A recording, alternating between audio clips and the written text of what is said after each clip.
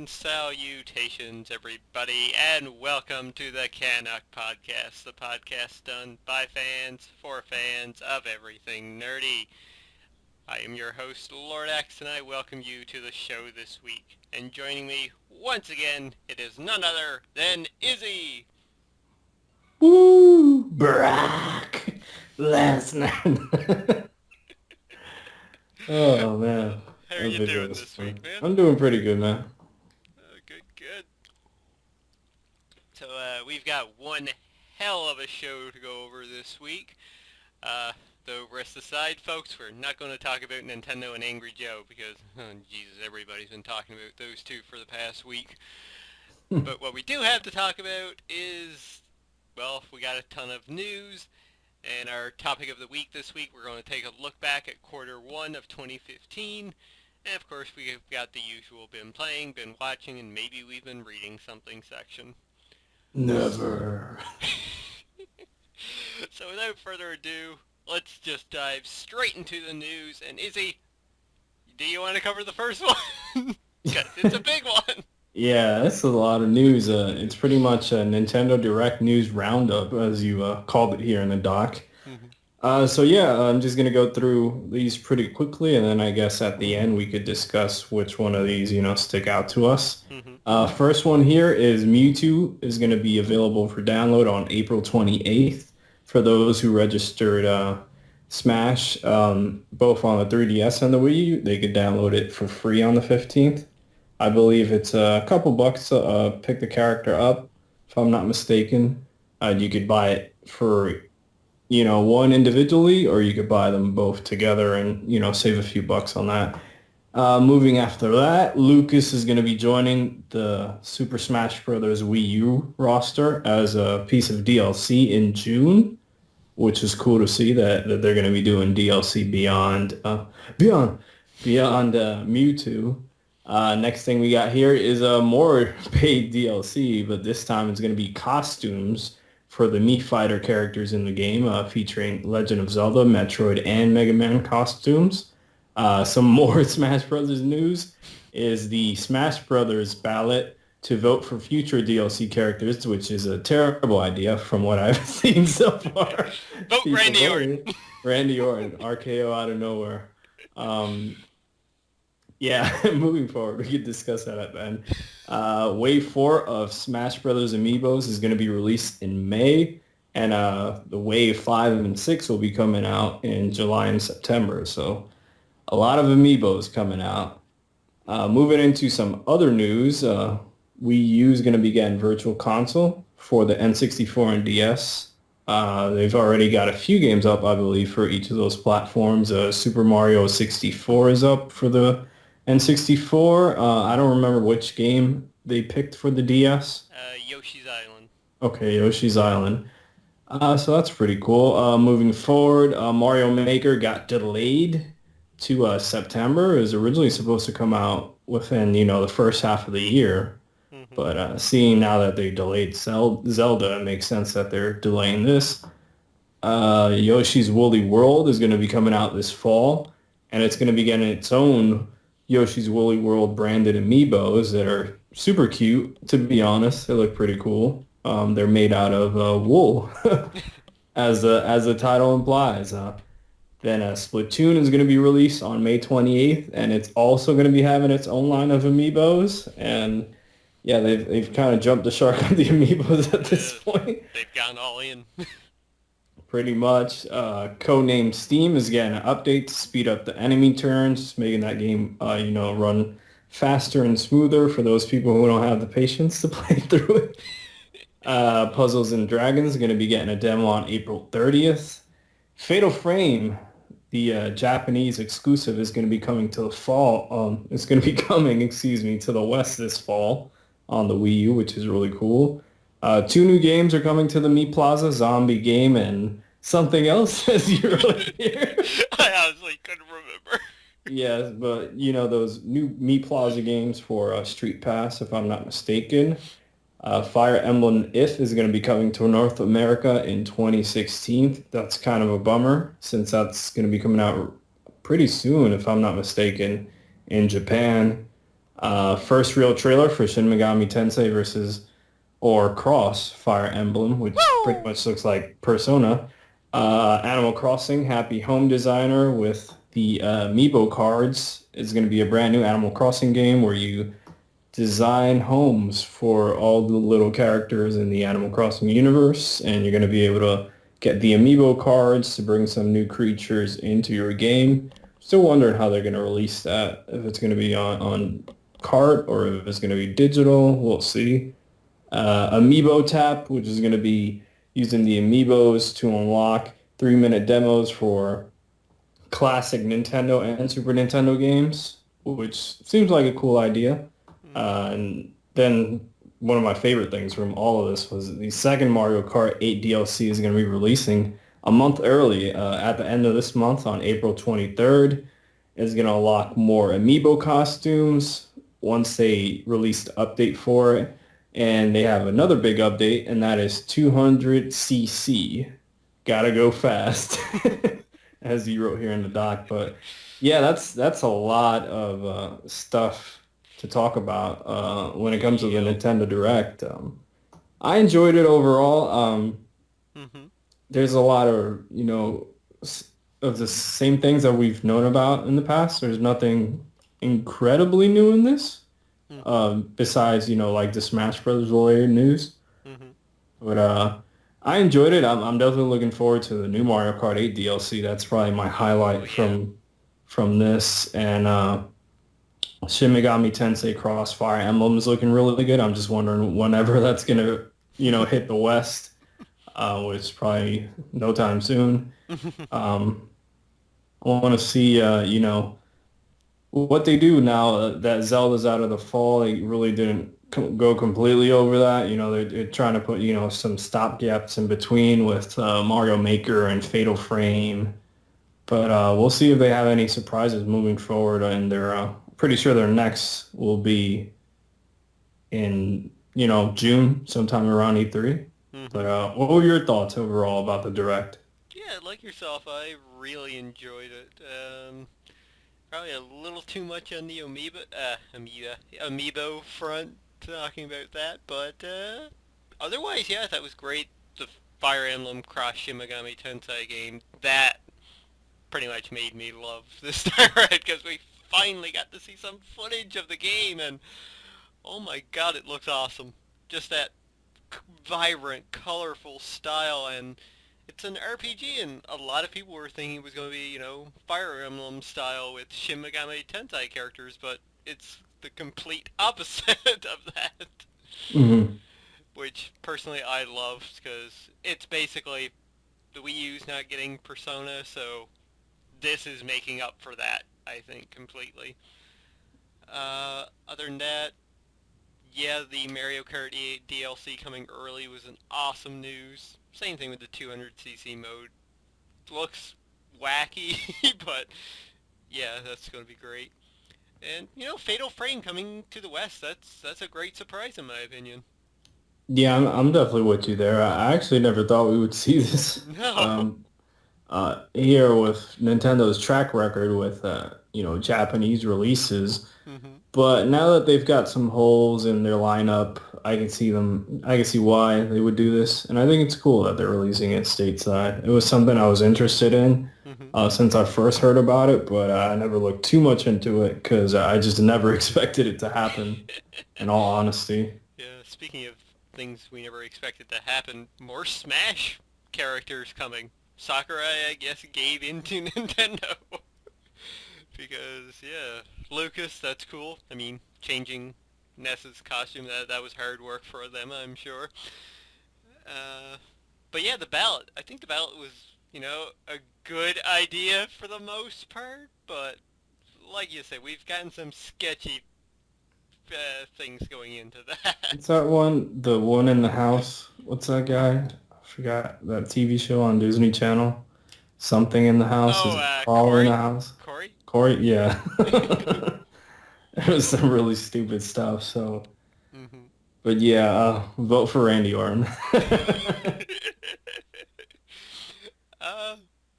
There's I think Nintendo has said too that characters that are already in the game as assist trophies, they won't be eligible. So fortunately, There goes people, Rayman. yeah, and there goes Waluigi. Mm, poor Rayman. But just to ask you, what are three characters, say, two that are Nintendo exclusive and one third-party character you'd like to see actually get into this? Like, Um, third party, I'd like to see one of like the Street Fighter characters, hmm like Ryu from Capcom. That would be cool. In terms of first party, trying to think what first party games aren't represented that I really enjoy.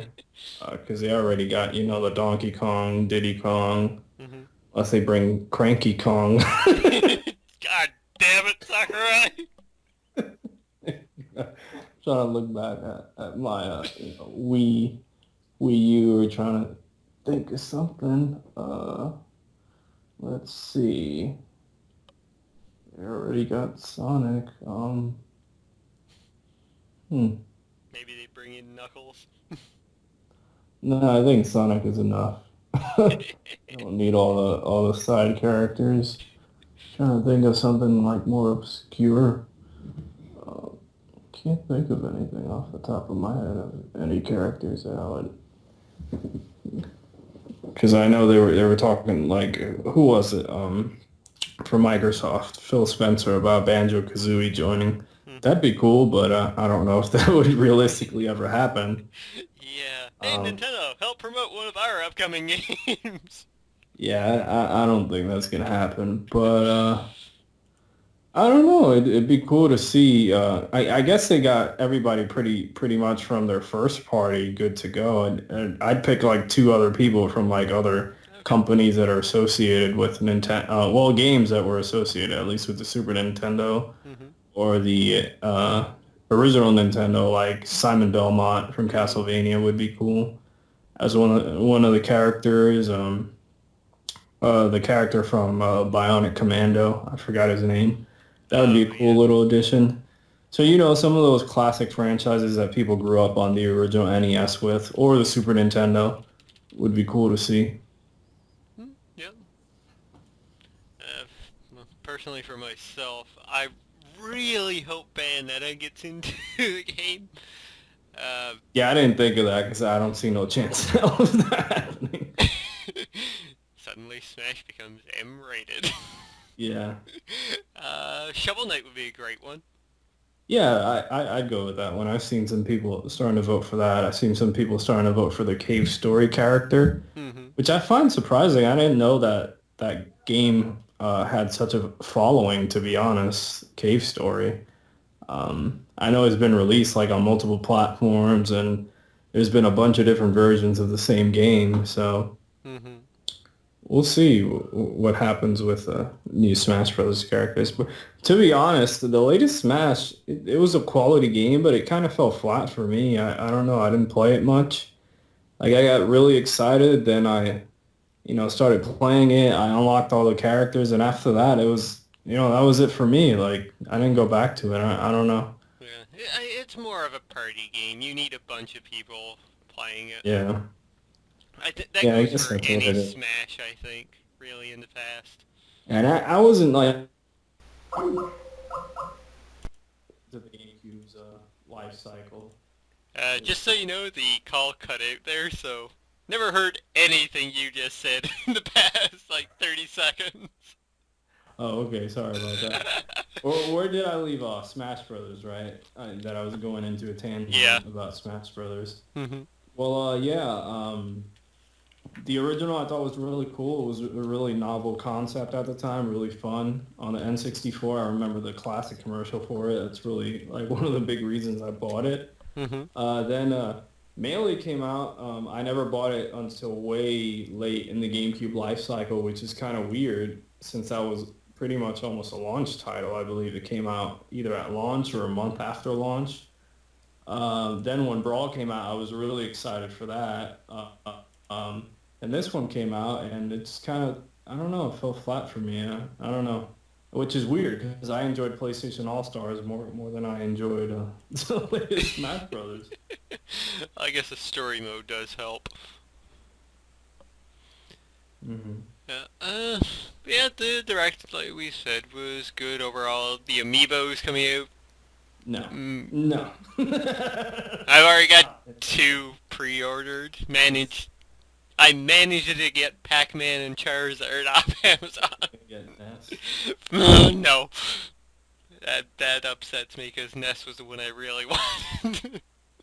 Yeah, it sucks. Like Yeah. I heard the whole debacle about the GameStop system, like them, The putting down the website website. crashed They put on down the them. website to reallocate resources to the in-store for their pre-orders or whatever.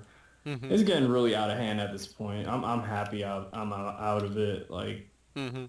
I'm just collecting the odd ones, so it's not yeah, really the that. ones you want. Yeah. I can't because if I get one, I have to get all of them. So no thanks, Nintendo. It's a good thing you dropped it before they start the Pokemon ones. Yeah, uh, the Yoshi unless Woolly World ones, though. Oh man, those look so cute. they look cool. I like that at least they're doing a variety of different designs. Like they Mhm. did the Smash Brothers, and they did the Mario Party line, which looks different. Now they got the Yeah. Splatoon ones, which look different. They got the Yoshi Woolly World ones, which look different They look too. like So plush toys. yeah, That's they the look thing. pretty cool, little plushies. Hmm. So yeah, I think I will pick up one of those when it comes out. Hopefully, I'm able to pick up one of those. Yeah, if it doesn't sell out, if it isn't sold out already, Yeah. it's pretty crazy what's going on. Mm-hmm.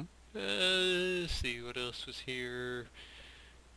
The Fire Emblem game coming next year. Yeah, that was a bit of a disappointment. I think they're releasing it as 2 separate games in Japan. They're going the Yeah, it's Pokemon really model with it. strange how they're doing it in Japan. Like, I know it's like two carts, separately or together, and it's really confusing how they're doing Yeah, it. I think. Maybe we'll get some clarification of that when it comes stateside, because I'm sure as hell they're not going to release it two separate games here because the last one was the first one to really grab on and catch on with people. The Hmm. last Fire Emblem on 3DS. Yeah. So you're not gonna like kind of piss off the fan base now that it's starting to get a fan base here in the West. So Hmm.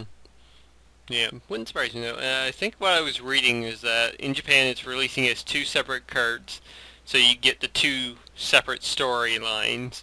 But if yeah, you want to play the other storylines, you download the it as DLC for $20, and I think there's a third storyline that you can download for another additional $20. So that's not confusing. no, Typical Nintendo. yeah. Jeez. All right. Well, let's get into our next batch of news. Go away from Nintendo for a little while, and that's Ubisoft this past week. They let know that people like Assassin's Creed, and nobody's tired of Assassin's Creed yet, right? No. Right?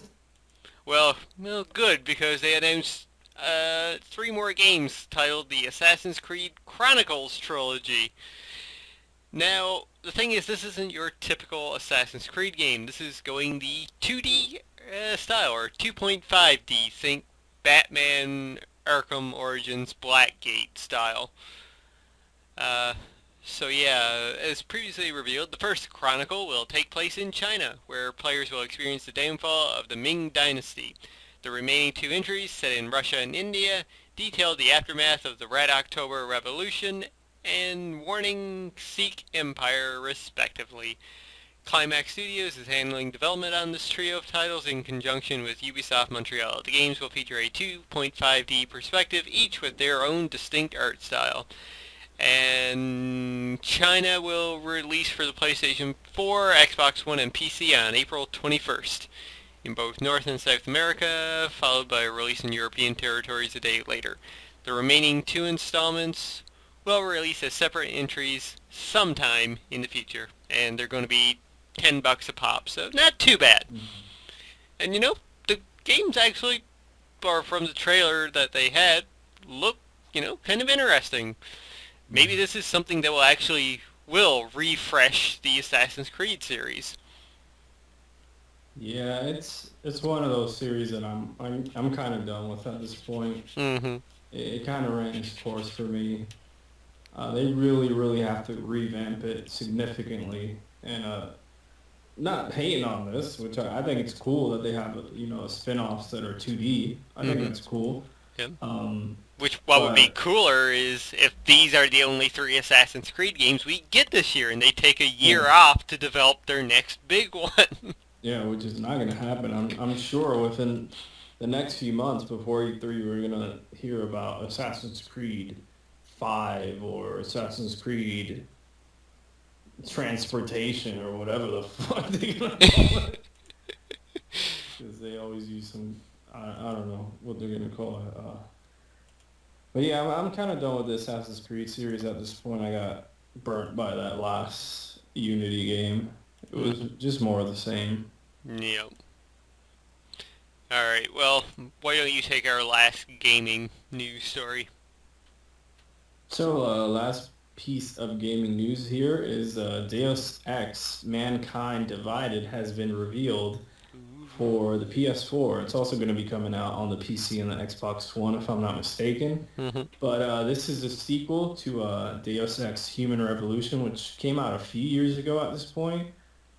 This game in particular is going to be taking place 2 years after the events of that game, and from what I've seen in the trailer, I don't know if that's actual footage of the game or if it's just cutscenes or what they're doing there, but it looked absolutely stunning. I Hmm. saw the trailer this morning. I was just looking through my YouTube feed and I saw the PlayStation channel upload this trailer. I'm like, oh, sweet, a new Deus Ex.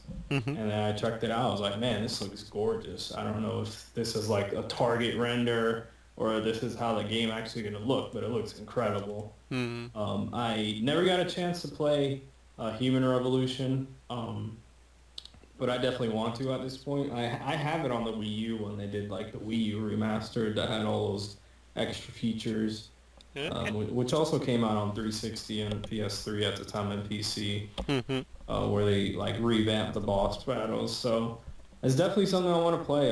This will be coming out. Did they give a release date on this? I Let's don't see. think they did.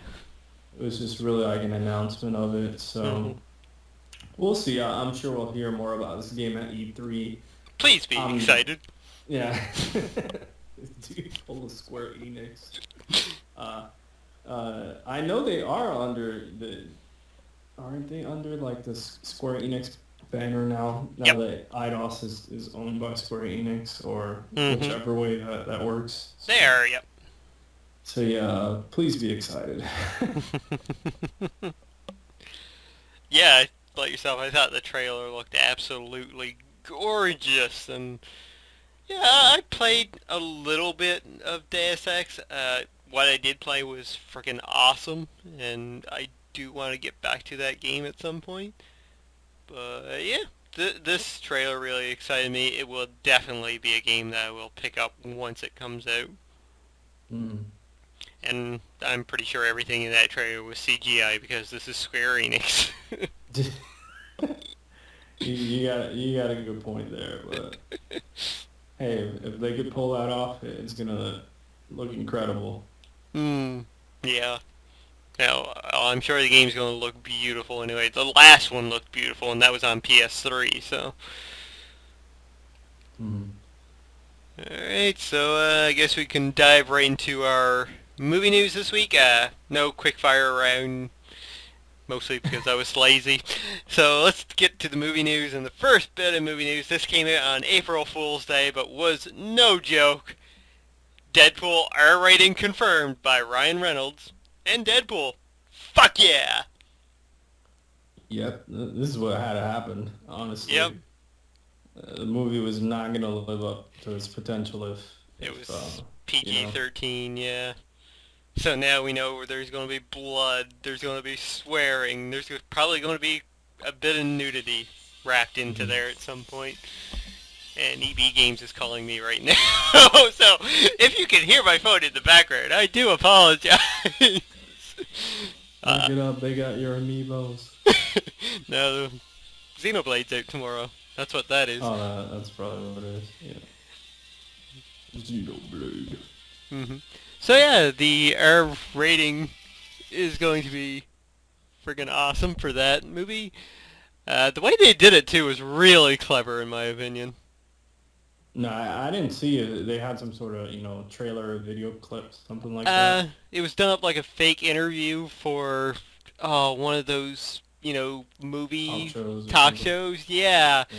So the guy was interviewing Ryan Reynolds, and he was like, "So yeah, we're really excited about Wolverine, or about Deadpool," and like, yeah, he appeared in X-Men Origins, right? And Ryan Reynolds is Mm. like, that's not the character that we're putting on screen.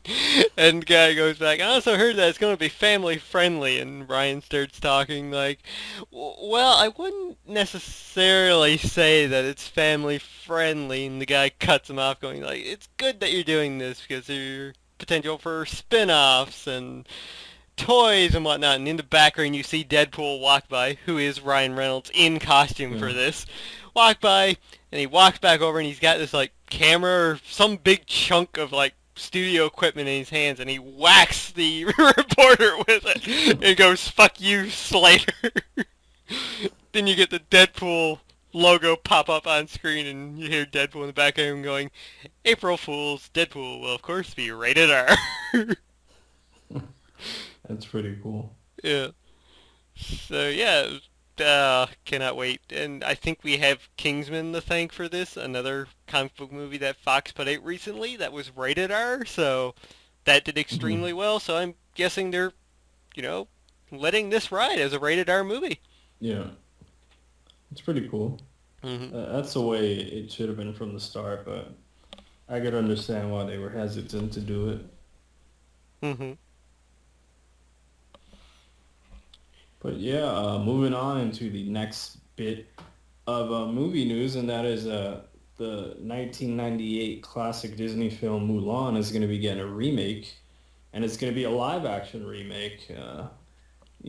Similar in the vein to what they did with Cinderella and Alice in Wonderland. So hmm yeah, we'll see how this turns out. I haven't really been into the Disney remakes that have been live action. The only one I really watched some of was Alice in Wonderland. I really wasn't digging that at all. Mm. So I don't know. We'll see how this turns out.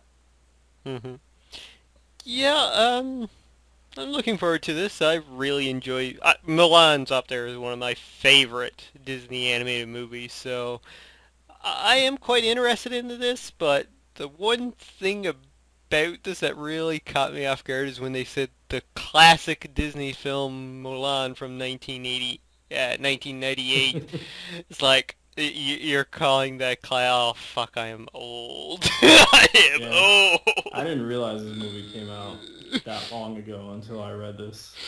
Yeah, the fact that Pretty they're calling crazy. it a classic now, it's Jesus. Um, Yeah.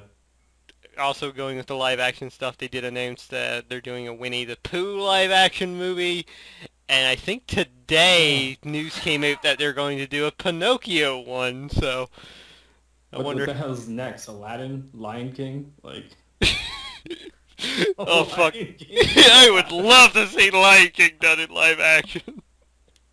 Sumbo. Oh my gosh. Yeah, maybe they are starting to get ahead of themselves a little bit, and they got Jungle Book coming out in the near future, next year, I think. So yeah, there's that. Um, the only two recently that I can think of, I wouldn't even count Alice in Wonderland. I don't even think Disney counts that because they let Tim Burton do it. But the only two in recent memory that I can think of are Maleficent, which I still need to watch, and more recently Cinderella, which has gotten good reviews. Mhm. Like, it apparently stuck to the classic formula and was a direct cartoon to live action adaptation. And people seem to love that, which is cool. They didn't put any kind of weird spin on the movie. Mm. We'll see how it turns out. hmm Alright, so speaking of movies, our last bit of movie news here. Joe and Anthony Russo, who directed Captain America: The Winter Soldier and have started filming Captain America: Civil War right now, it is official that they will be directing the two-part Marvel's Avengers Infinity War event. Not movies, but event. So, man, these guys got a lot on their plate. I guess it makes sense to give this to two directors instead of just one. Yeah, they're probably going to be filming these back to back, right? Most likely, yeah. Spider-Man. Spider-Man.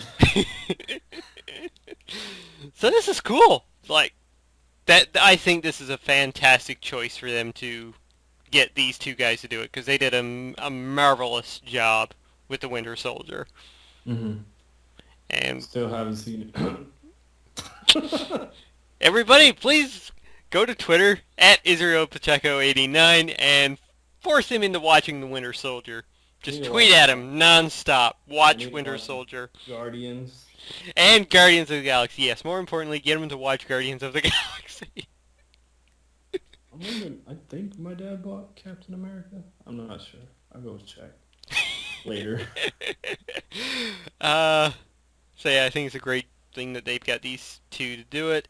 And they're probably test for how well they can do a big ensemble movie is going to be Civil War, because that is Avengers 2.0 or 1.5 or 2.5, whatever you want to call it right now. Because you're going to have Iron Man, you're going to have Captain America, you're going to possibly have Spider-Man and Black Panther's in the movie. And God knows who else is going to be in there. Rhodey's probably going to show up. Yep. So yeah. Great directing choice in my opinion. Cannot wait for Infinity War. And we've got Age of Ultron right around the corner. You better be going to see that one. Maybe. Sure as hell going to see Jurassic World when it comes out. Hell yeah. Can't wait for that cinematic universe. Alright, so that does it for our news stories this week. This week. So let's dive into our topic of the week. And as I'm taking that shit. I'm not using it anymore. Works for me. So yeah, our topic of the week, as I mentioned earlier, Q1 of 2015 has wrapped up right now. So we're going to take a look back at the top rated games and movies that came out in the first 3 months of the year. So, going to Metacritic, I looked up the top 5 rated games so far. And those are, in order from number 1 to... Or should I do 5 to 1 or 1 to 5? A baker's dozen.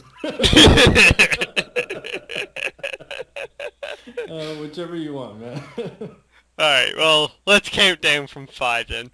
At number 5, we have Affordable Space Adventures for the Wii U, which I think have no idea what that is. I think that's an indie game that came out this week. Got an overall score of 88. Wow. The Legend of Zelda Majora's Mask 3D for the 3DS got an 89 overall. Ori and the Blind Forest for PC and Xbox One got an 89 overall. Pillars of Eternity for the PC has a 91 right now. That's impressive. And at number 1, it's Bloodborne for the PlayStation 4 with a 93 overall. That is quite impressive. Impressive, yeah. But on the other hand, not really any big name titles for Q1 with high ratings. Yeah. Not even Kirby was up here, which kind of surprised me, to be honest. That's true. Yeah, it's been, I guess in terms of the critical acclaim of these titles, it hasn't been, I guess the standout would be Bloodborne. Because everything else is, I guess less than a 90. Well, Pillars of Eternity, I haven't heard about that before, so I'm not familiar with that. Was it Obsidian? Or one of those developers. It was their Kickstarter game. Oh, okay. Yeah, it's done in the classic Baldur's Gate style. Okay. But Uh, yeah, some I mean, affordable space adventures is up here. yeah, I'm legit. I've never heard about that game, and I don't know what it is, to be honest. Hmm. Same thing with Pillars of Eternity. Bloodborne, I've heard of. Ori and the Blind Forest. Sounds like a That's a whole nother type of game right there. sorry. That's the X-rated version. Legend of Zelda Majora's Mask, of course, I know of. So yeah, I guess I don't know. It's been a weird quarter. Hmm. It really has, because it isn't like one platform has had the hold on, the best experiences. The only one here that has two is PC, Hmm. with Pillars of Eternity and Ori and the Blind Forest, which is also on Xbox One. But yeah, not a lot. No. Um, Also going with the Metacritic thing, I decided to go over to Faves List, faveslist.com. Use the site. Yeah. It's awesome for ranking things. And I went to the favorite games of 2015 so far. I thought it was a good time to pull up this list. I think everything here, except for Hotline Miami 2, that came out in April, right? No, that was a March It game. came out in March. Yeah, yeah. Yeah, that's right. I'm surprised that wasn't on here. Yeah, but the top 10 titles listed on Fave's list, if nobody has used this for, if somebody ranks it as number 1, it gets 10 points. Number 2, it gets 9, etc. Okay. So, on Fave's list, number 1 is The Legend of Zelda Majora's Mask 3D with 171 points, ranked by 18 users. Life is Strange, number 2, ranked by 15 users with 128 points. Mm-hmm. Bloodborne, ranked by 8 users with 80 points, so lots of number 1s right there on Bloodborne already. Hotline Miami 2, wrong number, with 69 points. Bow chicka wow wow. Number 5, we have Kirby and the Rainbow Curse at 66 points. Saints Row Gat Out of Hell at 66 points. Dying Light at 64 points. Tales of Zestiria, which is only out in Japan, with 51 points. Surprised that's up there. It's all Cities. Tokyo Choo Choo. It's all his fault. From the OGs. He's on Yeah. Faceless. We have Cities Skylines, which is basically the Sim City we all deserved, with 47 points. And at number 10, Evolve with 45 points. And just a note, the order is at number 11 with 38 points. Hmm. So, it's an interesting list that has developed so far in the year. Yeah, I don't know. I guess we'll wait and see what the rest of the year looks like. Hmm. The second quarter is looking real good so far. Um, with April, May, June. Yeah, we'll So get Mortal Kombat and The Witcher, Witcher, Batman. Batman, yeah. Unless it gets delayed again. Oh no, please. Yeah, it's uh, like, guys, we need to delay it so we can make it on two Blu-ray discs because it's a 50 gig install, whatever the hell. just to skip over the next part I have here on the notes, just going to the biggest games, not including download only, to dropped so far this year. Uh, we have that have come out: Dying Light, Dragon Ball Xenoverse, The Order 1886, Bloodborne, Evolve, The Legend of Zelda Majora's Mask 3D, City Skylines, DMC Definitive Edition, Codename Steam, Battlefield Hardline, Final Fantasy Type 0 HD with the Final Fantasy 15 demo, Borderlands the Handsome Collection, and MLB 15 the show. So overall, there hasn't been, that big of a physical release of games so far this year. Like, I would Yeah, argue The Order and Bloodborne are probably yeah, the two biggest ones on that list, with Evolve and Dying Light. next to them. Mm. Yeah, not a huge quarter, but I've enjoyed what I played. I enjoyed the Order 1886, even if it didn't get the critical acclaim Mm-hmm. um, that I think it should have. But Mm. it wasn't perfect. I could understand why people had issues with it. I still haven't gotten around to playing Majora's Mask 3D. Mm-hmm. I'm currently playing through DMC Definitive Edition. Played the Final Fantasy 15 demo. I'm trying to look through here. Bloodborne haven't started yet.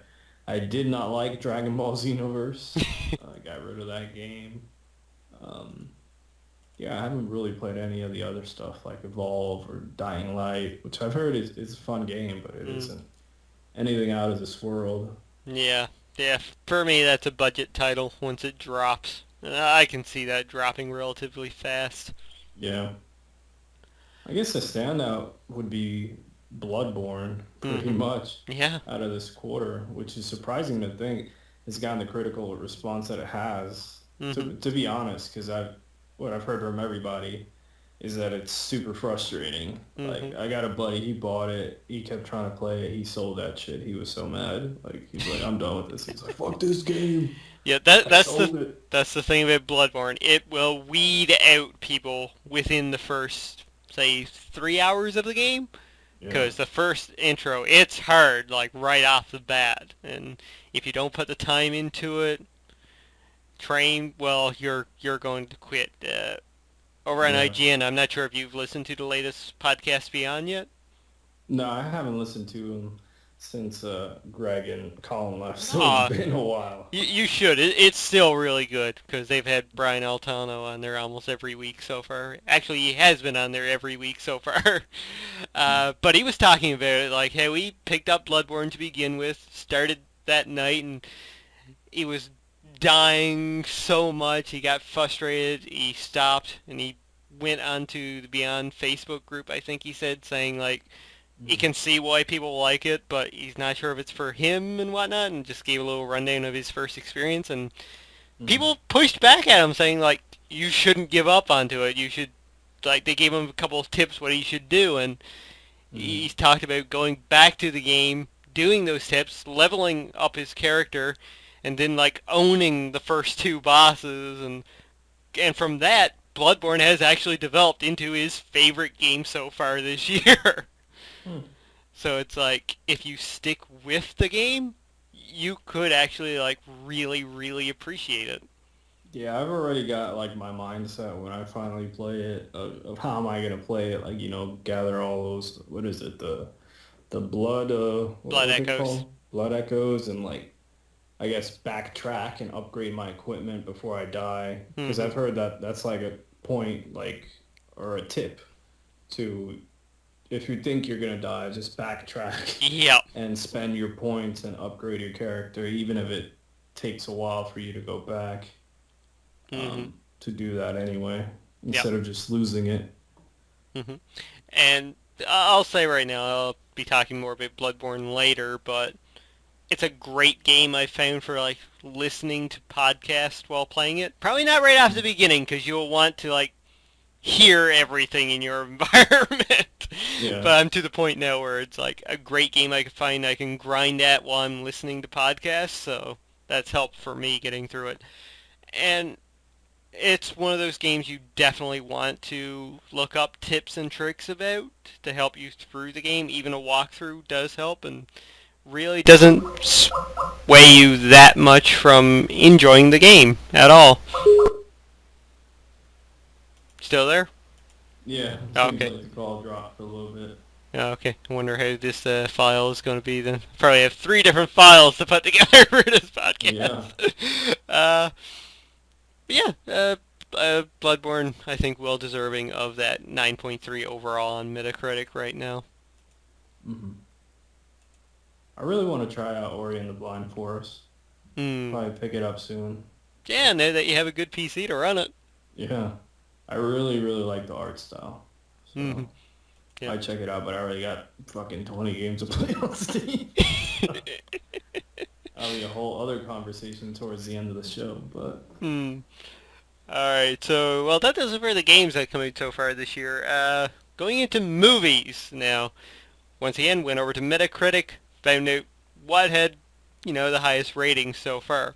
So, going from 5 to number 1 again, we have first the SpongeBob movie, Sponge Out of Water at with 62 overall. Cinderella with 67 overall.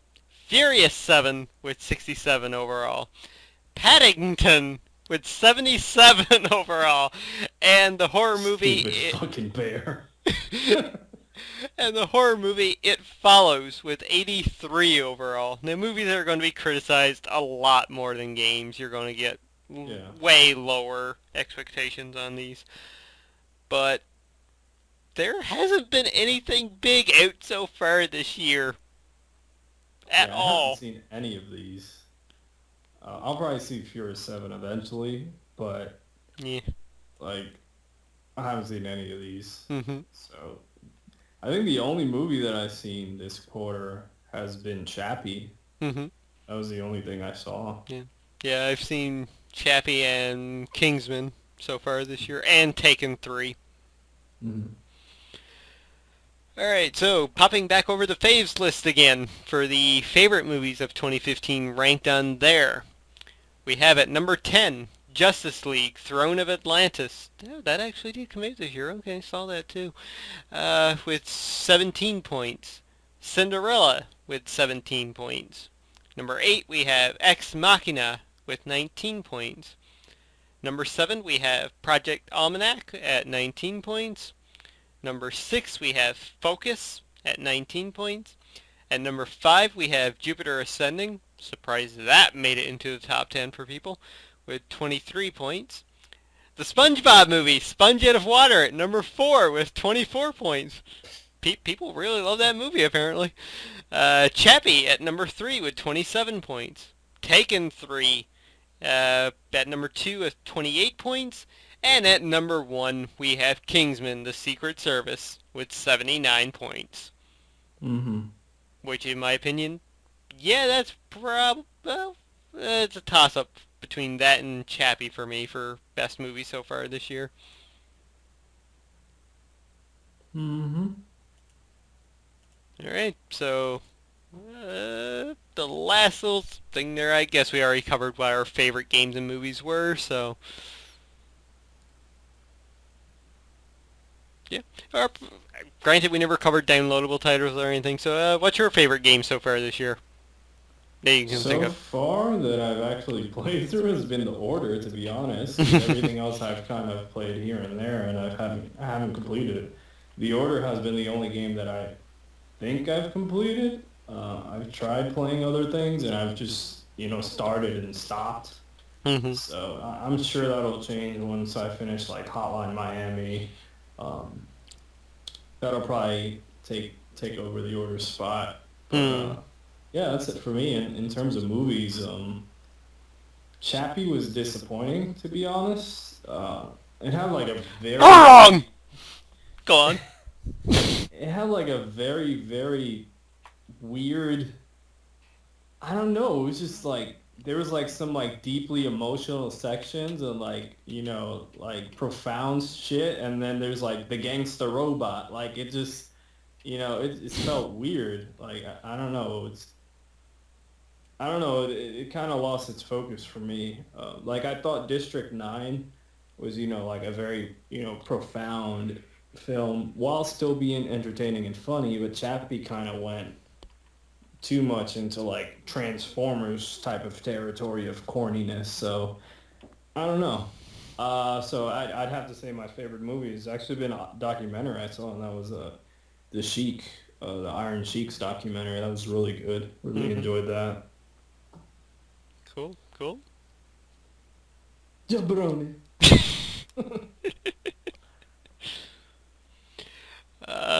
Yeah, for myself, The Order's up there. Bloodborne, by far, has been incredible for me, so... Hotline Miami 2 is excellent. I'm trying to think what else I've played. The first 2 episodes of Life is Strange has been really good. Yeah, that's probably it for me as well. There's a few here that I do want to play, like Dying Light that we said, and City Skylines. Mm-hmm. But yeah, Bloodborne definitely takes over for me in the order. Alright, so with that being said, let's dive into our been playing, been watching, and maybe we've been reading something section. Never, jabroni. So, what's it for you? What have you been playing? Or have you been playing anything? Yeah, it's just been me tinkering around with Steam since I got a PC now. Reading up on sales and finding places that have sales like Humble Bundle, which they're Mm-hmm. probably doing a weekend sale right now. I haven't checked yet. The Steam store does sales every freaking day. Mm-hmm. Um, no, I've bought like a bunch of games at this point. And yeah, I've just been really tinkering with stuff. I've, hopped in some games just to see how they look and run on PC. Mm-hmm. Uh, like like Batman, just to see how that looked. Bioshock Infinite. Um, the only game that I've played a little bit more of, and which was just earlier today, and that is Metal Gear Rising Revengeance. I bought Mm-hmm. it on PC. And I already had it on PS3, but I just never got around to playing it. And I saw the PC version had it, and it was, 1080p, 60 frames a second. I was like, okay, let me check that out. Mm-hmm. And at first, I was having issues with it, and then I read out that there's a bug that if you have your PC connected to like a HD TV through HDMI, then the game like runs at like 24 hertz, so it like really impacts the performance. But if you leave it if it's not in like full screen mode in the settings, but you just leave it like in windowed mode and then you use this little app called Full Screen Size Me or some shit, it Mm-hmm. runs fine. And that's what I did to get around the glitch. So um, it's really fun so far, but it's really difficult too. Mm-hmm. I had to like Google like how to do things in the game, and then I found an article by Kotaku that I was reading earlier that is basically tips for playing Metal Gear Rising Revengeance because the game doesn't tell you how to do shit. So simple things like dodging and how to, um, like get health and like, click a button to get new health, things like that. The game doesn't tell you how to do that, and it doesn't tell you how to dodge and all this other stuff. And I read the article and I was like, okay, this was helpful because basically some of the, the writers from Kotaku, they were emailing back and forth talking about the same section of the game that I'm at, which is really early, where Mm-hmm. you fight like this dog creature, which is it's like a robotic dog. It's something wolf. I can't remember, saber wolf or something like that. And it was fucking difficult. And I'm like, what the hell? I keep dying over and over. So now I know that I could parry, that I could, dodge, that I could do all these things. So it should be easier moving forward. But it is a game by Platinum Games. Their games are always, a little on the challenging side. But yeah, what I've played of it so far has been freaking ridiculous. The intro to the game, you fought a Metal Gear, Metal Gear Ray, a huge Metal Gear Ray. It was so obnoxiously, Japanese over the top platinum game style. It's been really fun. The music's really kick ass. The story's, crazy. It's Metal Gear, but even crazier, Mm-hmm. even turned up to 11. So it's over the top. I'm really digging it so far. Now that I'm starting to understand the mechanics of the game, it should be a much smoother experience moving forward. But Mm-hmm. definitely recommend checking it out if you're into, hack and slash action games. Cool. Cool. That's pretty much it for me this week Mm-hmm. because everything else has just been popping into games, checking out how they look on PC. Very good. Well, my list here. I do have a few titles, but most of which I haven't played that much of. Gave Counter Spy a try finally, and that's interesting. Be playing more of that soon. Tower of Guns, which just came out this past week, PlayStation Plus game for the month. That is really fun. It's a first-person bullet hell type game. Hmm, that sounds nuts. Yep. Quite fun though. Randomized levels and whatnot, so you got that roguelike feel to it. It's going to be one of those games I think you sink time into over time. Mm-hmm. I've been playing more Minecraft on the Vita, just trying to get those last two trophies. just killing time into that game is just so bad. Just trying to come up with things to do to pass the time. That's the thing. Uh, I decided to turn on my Wii U for the first time in a while and played some more Bayonetta 2 after I remembered I still haven't finished that game yet, even though it was up there as like my number 3 game last year. So I so I killed like 5 hours playing, or not 5 hours, but 3 hours playing that the other day. Did 2, 3 chapters of it. Still loving that game. So over the, like you mentioned with Metal Gear, it's over the top fun and looks beautiful on the Wii U. Other than that, the 2 main games I've played since we last recorded have been Hotline Miami 2 Wrong Number. I finished that up. No fucking idea what went on in like the last few levels at all. I mean, the first one made more sense in my opinion than this one did. But still, fantastic game. Like, those guys are genius when it comes to this style of game because it is so much fun, so frustrating, but fun at the same time. And along with that same stuff, because apparently I'm a masochist? Yeah, Mass. Masochist, yeah. I love pain and inflicting torture on myself, apparently, in video game form. I've also been playing a shit ton of Bloodborne. Oh, I fucking love that game so much. I mean, there was a boss called Rom the Vicious Spider. Now let me tell you about Rom the Vicious Spider. This maybe kind of spoilers, just talking about the boss battle itself. Do you care, or? No, I don't mind. Oh, okay. Well, with Rom, the first time you go into battle with him, he's just sitting there. He's just relaxing, chilling. So you go up to him, you hit him once, and he wakes up. And he also brings in a swarm of mini spiders down with him. About 10 or so that will drop down alongside of him. Now, Rom still doesn't fight you at this point. He's just sitting back, relaxing. His little spiders will do the work for them. Which, they're mostly passive for the most part, but if you start getting close, they'll start coming at you. So you kill off the spiders, and you start attacking him, and Rom will then teleport. When he reappears, more spiders drop down. So if you haven't killed the first batch, now you've got 2 batches of mini spiders to deal with, and Rom himself. And Rom, at this point, he is pissed off at you now. So he starts attacking you. If you're far away, he will send meteorites at you, which one will knock off about half of your health. So there's about 4 or 5 of those coming at you at once that you have to dodge out of the way of. Not too bad dodging, but the odd one will hit you. Once you start getting close to him, you have the spiders, of course, to deal with that are surrounding him.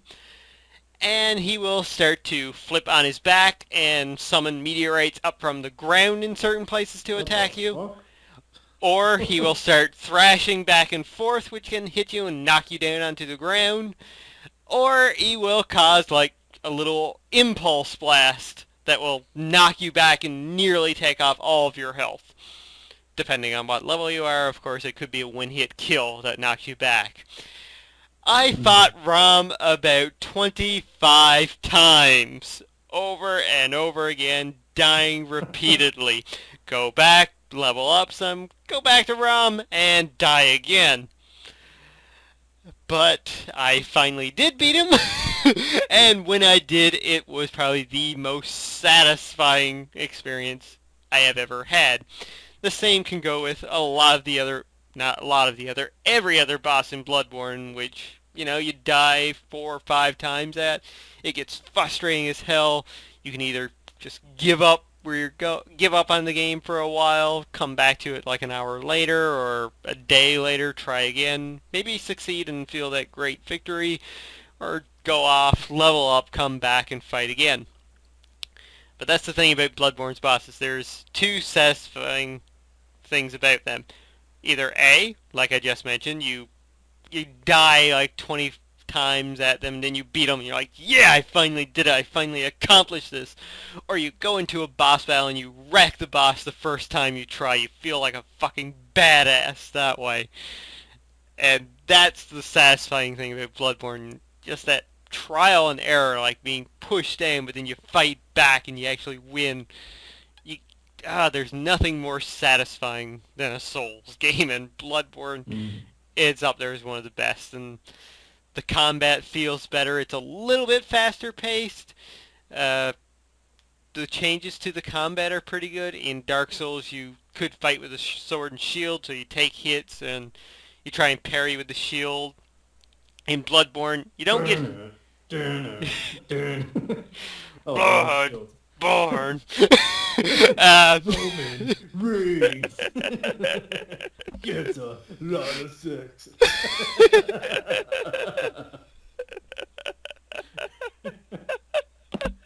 Oh my god. CanUK podcast where we get derailed by wrestling.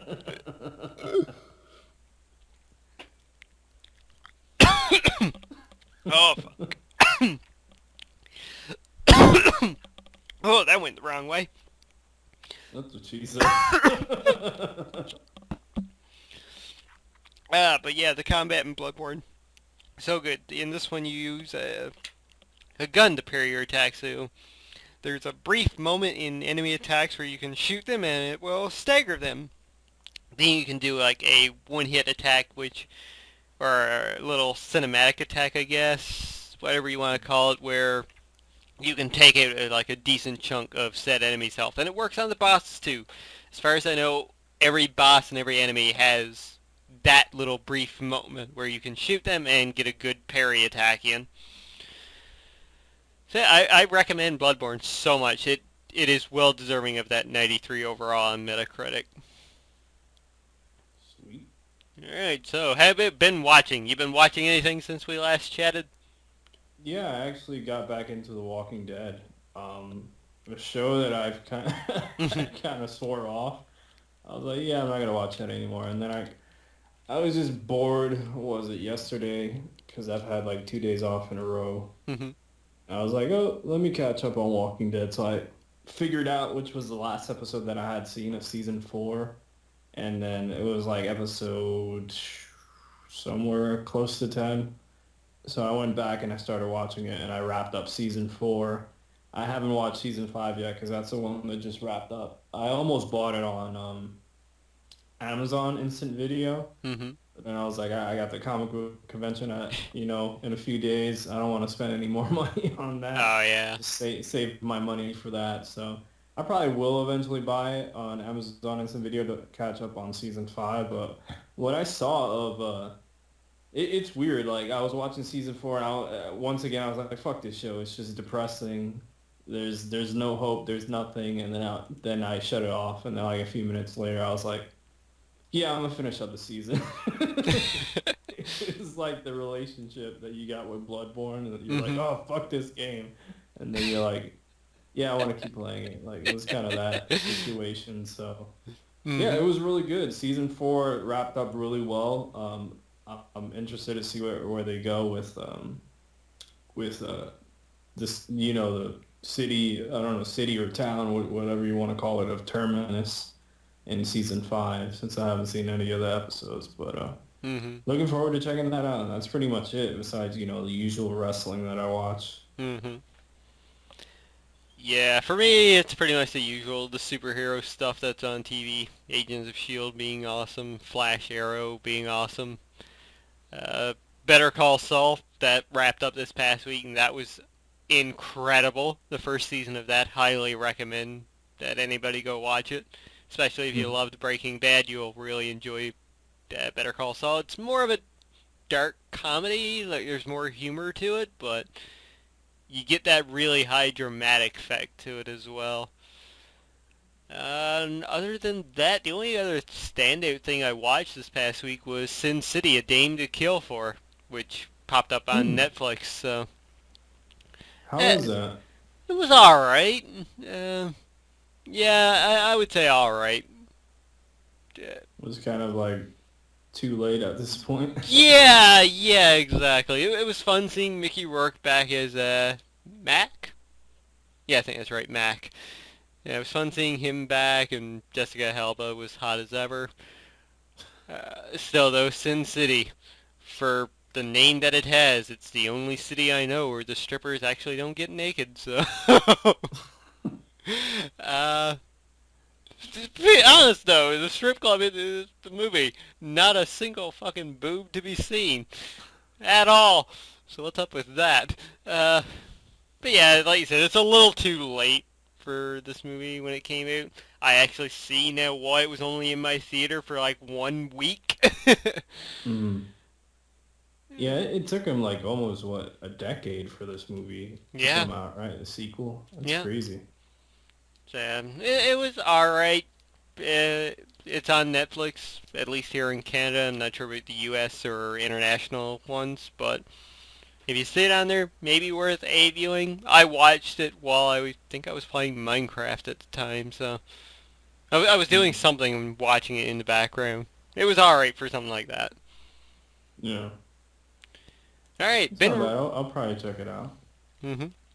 Yeah, it's worth watching if you got Netflix. That's all I can say.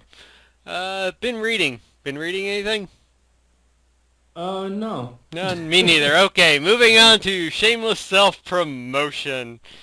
And do you have anything to promote this week? Um, Not much. I've been doing a video here and there on my YouTube channel, whether it's like wrestling related or gaming related, every now and then. So that's youtube.com/IsraelPacheco89. I'll probably be doing some videos upcoming within the next few days about, the convention and all that. So keep an Cool. eye out for that. Oh, sweet. Looking forward to it. As for myself, nothing really out of the ordinary. Let me see here. I put up another episode of Hyperdimension Neptunia. My March pickups video went up. I put up a random unboxing video of a couple of mystery minis that I picked up. And a new Let's Experience that I just put up on April 9th. Let's Experience Mitsuguri Kami Haki. I totally butchered that name, but if you go to my channel, you can see where it is. It's a Japanese schoolgirl fighting wave after wave of basically the exact same enemy. And there's one thing missing from my channel so far, and that's been my Loot Crate unboxing. Thing is, I still haven't received my merch Loot Crate, so Wow. yeah, I contacted them about it last night, and they're actually going to send me a replacement crate, so it's quite awesome of them. So whenever I get that, I'll be doing an unboxing video of it. It'd be funny if I actually get 2 Loot Crates in the mail. Damn the weather. Yeah, it's been frustrating not getting that in. So that's why that hasn't appeared on my channel. So, Okay. and that's going to do it for Shameless Self-Promotion. Questions and comments? We have none. Again, I don't think so anyway. Nope, the only comment left on the last video is my own. So, yeah, that's it. Guys, if you do have questions and comments, please leave them down below if you've managed to make it to this point in the show. And I do believe that's going to do it for this week. Izzy, why don't you take us away? So thanks guys for checking out the show this week and sticking through it, listening to our side stories and rants and tangents. But as always, you can check us out here on the CanUK podcast on a I was gonna say weekly basis, but it's pretty much whenever we're able to. Whenever.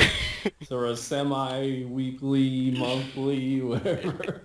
So yeah, thanks guys for checking us out. Leave us comments down below on what are some of your favorite games of the first quarter of 2015, some of your favorite movies. What are you looking forward to in the next quarter? So always, see you guys later. Peace. Goodbye, everybody.